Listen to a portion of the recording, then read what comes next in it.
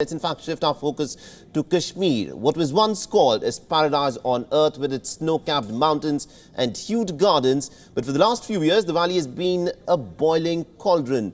Now, it has seen a spate of clashes, and now there are checkpoints at pretty much every turn in the Indian Army patrolling the streets of Jammu and Kashmir. Now, since 2016, after the killing of terrorist Burhan Wani, the hate mongers haven't let up and the violence hasn't ceased at all. Now, just yesterday, a bunker of the Central Reserve Police Force was set ablaze. Students climbed the electric poles and also CCTV cameras were shattered to pieces. They even vandalized college property, and not an iota of regret or fear on the faces of these men. Now, some of them could even be in their teens, and that is what has made this entire incident so very shocking as to what has driven these young students, these young teens, to resort to actions of this nature.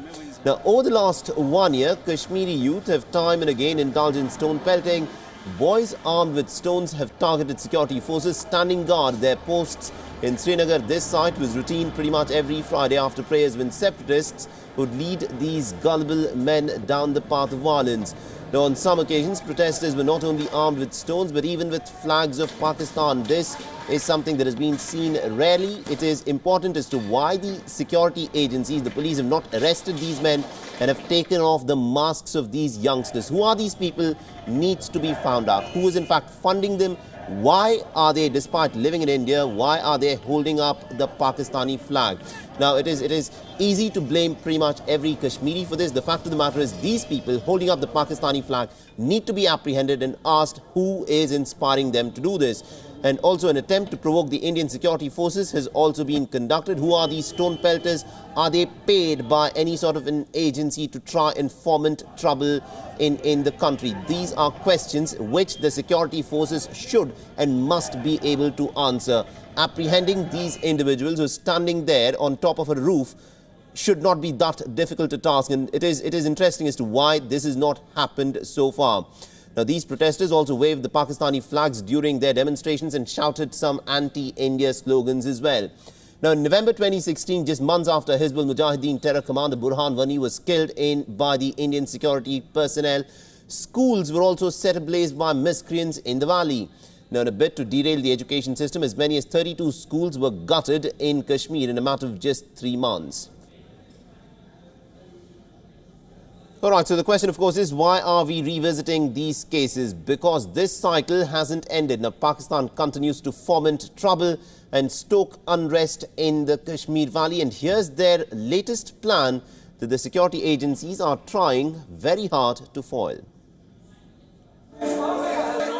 On April 4th, 2 personnel of the Central Reserve Police Force lost their lives as they were withdrawing after a day-long law and order duty.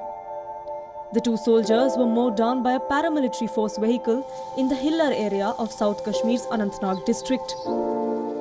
The driver of the vehicle lost control when a stone hit him in the head, resulting in the vehicle overturning and killing the 2 CRPF personnel in turn. Their family is still coming to terms with their untimely death. But separatists in the valley are wasting no time in hatching another nefarious plan. Playing into the hands of their Pakistani masters, these separatists are aiming straight at India's security forces. The facts and figures clearly show that the state government's amnesty policy has failed. While the state government withdrew cases against 9,000 stone pelters, there are hardly any measures to ensure that these stone pelters don't go back on the streets, causing rioting and havoc. Over the last 3 months, 162 incidents of stone pelting have been reported in the Kashmir Valley.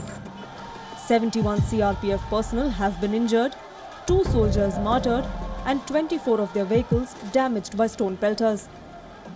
Pakistan is renewing its proxy war after the setback they faced in 2017. With India's premier investigating agency cracking down on separatists and choking their funding, the number of stone pelting incidents had decreased in 2017.